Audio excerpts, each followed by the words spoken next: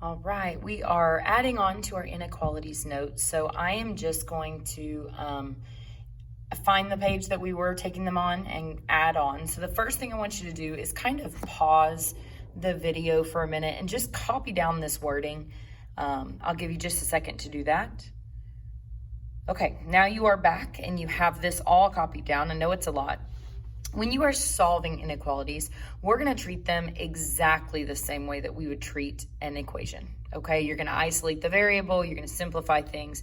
The only catch is if you multiply or divide by a negative, you're going to flip that inequality around, okay? Meaning like a less than is going to suddenly become greater than and vice versa, okay?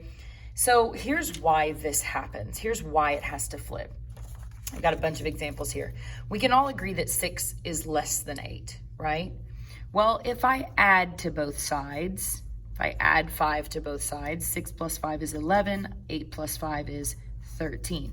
It didn't change the relationship, right? The left-hand side is still smaller than the right-hand side. I can subtract from those. I can go minus 5 on both sides. 6 minus 5 is 1, 8 minus 5 is 3. And again, it doesn't change the relationship. It's still that the left-hand side is the smaller side. I can even subtract to dip this thing down into negatives. If I subtract 10 from both sides, right? Because when you're solving an equation, you would do the same thing to both sides. I would get -4 and -2. -4 is still smaller than -2, okay? I can multiply both sides. So if I multiply them both by 3, 6 times 3 is 18. 8 times 3 is 24. Again, the left-hand side is smaller. Nothing we have done so far has changed that relationship in any way. I can divide. If I divide them both by 2, 6 divided by 2 is 3. 8 divided by 2 is 4. The left-hand side is still smaller, okay? So y'all see how this is kind of working out. Well, if I multiply by a -3, I'm going to copy this exact problem. We multiplied by a +3. We said it didn't change anything. When I multiply by a negative all of a sudden to both sides, 6 times -3 is -18. And 8 times -3 is -24. Now, if you think about negatives, this has just changed the relationship. -24 is smaller than -18. So that act of multiplying both sides by a negative has reversed the relationship that's happening there. Same thing if I divide both sides by -2. Okay, if I divide both sides by -2, 6 divided by -2 is -3, 8 divided by -2 is -4. And again, here now we see the smaller of these two values is -4. Okay, so that's kind of why this happens, is adding and subtracting doesn't change the relationship. Multiplying and dividing by positives doesn't change that relationship of which side is smaller. But as soon as you multiply or divide by a negative, it reverses what's actually the bigger side of the relationship, okay? So that's kind of why that happens. And then the other thing is we're always going to graph these answers. It's different than an equation, because in an equation, if x has to be 2, that's very straightforward. There's only one number, right? There's no point in marking that on a number line. When we solve an inequality, all of a sudden, we've got a wide range of numbers. X could be anything less than 2. So this is just a visual representation of all of those values, okay? So just to practice a little bit, I've got some equations. I would encourage you, if you feel confident right now, go ahead and pause and try and solve these and then come back and watch the explanation, or at any point along the way, pause, see if you can do some of it, and then go back, because that's what we would do in class. So I'm going to, if I'm isolating x, I'm going to subtract 3 from both sides to cancel it out there. So 2x is less than 13 minus 3 is 10. Then I would divide by 2, right? Exactly like if it was an equal sign. This less than symbol is just behaving like my equal sign. It's kind of the break between those two expressions.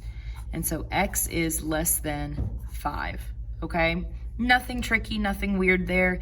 The only added thing is I'm going to graph this. So I'm always going to show the positive and negative of my boundary, so positive 5 and negative 5. I know I'm gonna have a circle at 5. I do not equal 5, so I'm not gonna color that circle in. It's an open circle. And let's see, this says X is smaller than 5. So X is all the numbers below 5. So everything to the left, okay? So your answer should have 2 pieces to it. The actual expression, X is less than 5, and then the picture of what that looks like. The second one, my first step would have to be to distribute.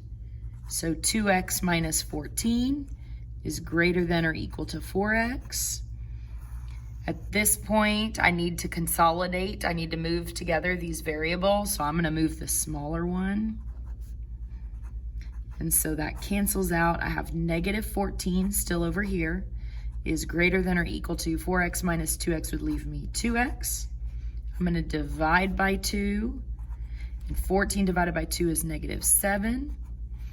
Notice I didn't flip this, right? Because I didn't divide by a negative.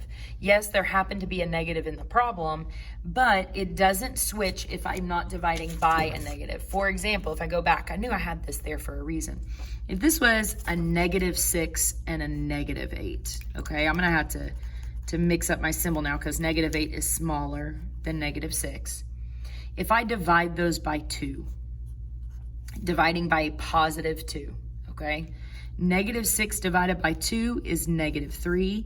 Negative 8 divided by 2 is negative 4.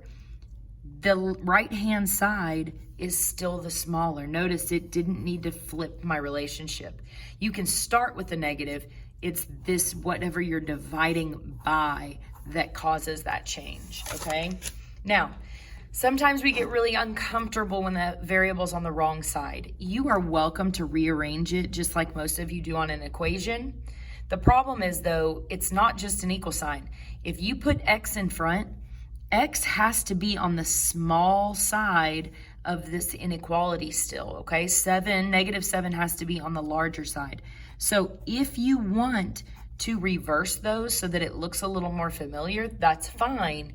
Make sure your symbol still shows the same relationship, that X is smaller than negative 7. X is smaller than negative 7.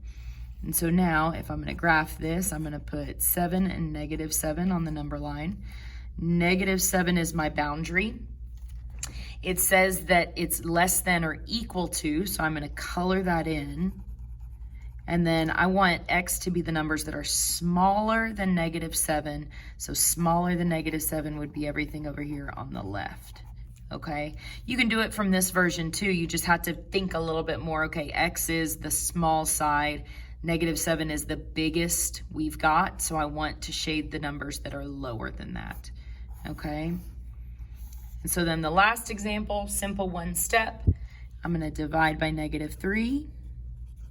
As soon as you see that dividing by negative 3, I know that that symbol is gonna have to flip around, right? I multiplied or divided by a negative. So these cancel out. I get X is now greater than or equal to 15 divided by negative 3 is negative 5.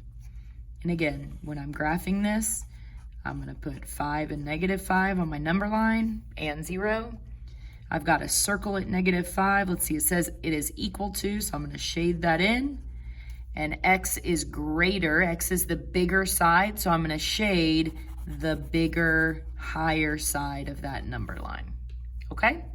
All right, you have an assignment over this where you are solving a whole bunch of these and graphing them. So good luck on that. You are gonna wanna do it on notebook paper, not on that worksheet, because there is basically no workroom at all. So feel free to get notebook paper, organize it very neatly, show your steps, graph your answers. Other than that, good luck.